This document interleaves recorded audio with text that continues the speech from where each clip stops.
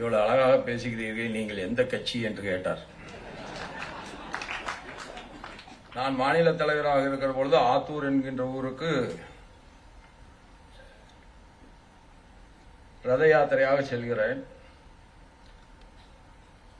இன்றைக்கு போல் அன்றைக்கு பாரதிய ஜனதா கட்சி பெரிதாக வளரவில்லை.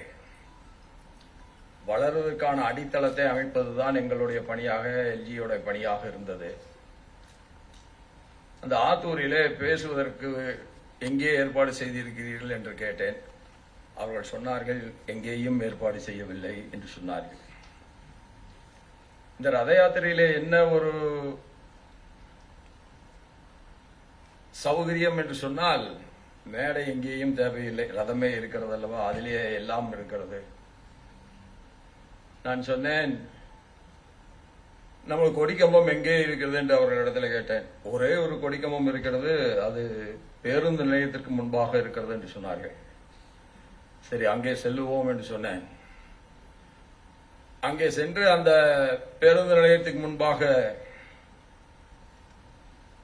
இந்த கொடிக்கம்பத்திலே கொடியை ஏற்றிவிட்டு நான் சரியாக மணி ஒரு 12:30 மணி இருக்கும் என்று நினைக்கிறேன். சரியான வெயில். ரதத்தில் செல்கின்ற போது பல்வேறு விதமான தொண்டர்கள் ஒரு 100-200 பேர் கூட வருவது இயற்கைதான். அவர்களும் வந்திருந்தார்கள். ஆனால் மதிய நேரம் அல்லவா, காலையிலிருந்து அவர் என்னோடு வந்து கொண்டே இருக்கிறார்கள். பசி நேரம் வேறு. அதனால் அவர்களில் பாதி பேர் பக்கத்தில் இருக்கிற டீ கடைக்கு சென்று விடுவது என்பது சாதாரணமான விஷயம். வந்தவர்களில் ஒரு 25 பேர் தான் முன்பாக நிற்கிறார்கள். பொதுமக்கள் என்று பார்த்தால் 2-3 பேரை தவிர யாரும் இல்லை. பேச ஆரம்பித்தேன். பேசி முடிக்கிற பொழுது ஏறத்தாழ பொதுமக்கள் ஒரு 200 பேர் கூடிவிட்டார்கள். அந்த வெயிலிலும் பேசி முடித்த பின் ஒரு பெரியவர் நான் பேச ஆரம்பத்திலே இருந்து முடிக்கின்ற வரை என்னையே பார்த்து கொண்டிருந்தார். அவர் என்னிடத்தில் வந்தார்கள். வந்தவுடன் கேட்டார், மிக சிறப்பாக பேசினீர்கள் என்று சொன்னார். நன்றி ஐயா என்று சொன்னார். அதற்கு அடுத்த வார்த்தை தான் அவர் கேட்டது, இன்றைக்கு மட்டுமல்ல என்றைக்கும் என் மனதை விட்டு போகாது.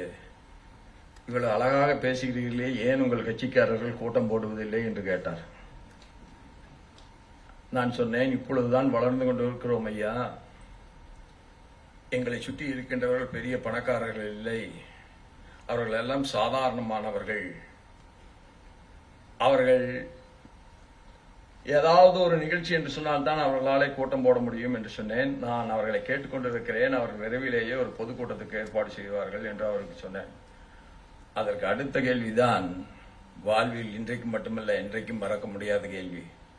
அடுத்த கேள்வி என்னை பார்த்து கேட்டார், இவ்வளவு அழகாக பேசுகிறீர்கள், நீங்கள் எந்த கட்சி என்று கேட்டார்.